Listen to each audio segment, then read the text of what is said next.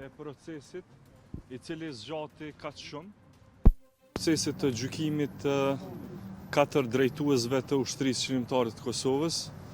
Njëri prej tyre, zoti Thaçi, ishte president I Republikës Kosovës, zoti Jakub Krasniqi e zoti Kadri Veseli ishin kryetar të kuvendit të Republikës tonë, kurse Recep Selimi, general I ushtrisë qëndrore të Kosovës dhe udhëhoqi edhe grupin parlamentar në kuvendin e Republikës Kosovës.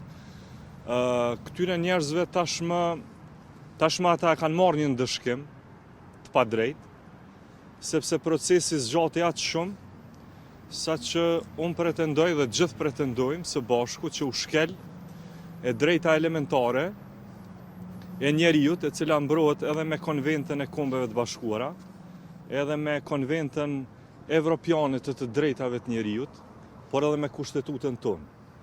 E kjo është e drejta që personi të gjykohet në kohë të arsyeshme.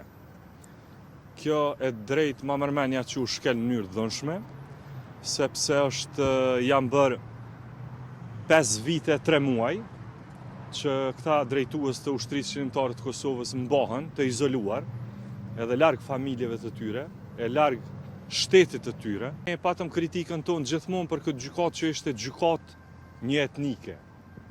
Gjykatë e cila fokusin e kishte padrejtësisht në ushtrinë qëndrore të Kosovës.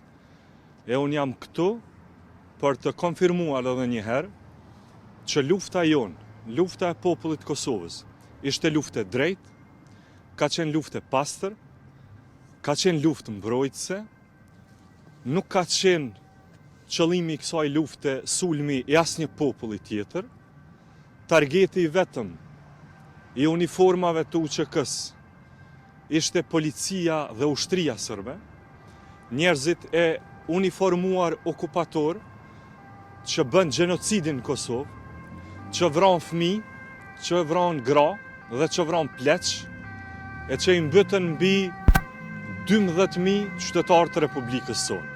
Dhe këtë të vërtet, nuk ka asnjë institucion. Këtë të vërtet, nuk mund të ndryshoj asnjë gjykatë.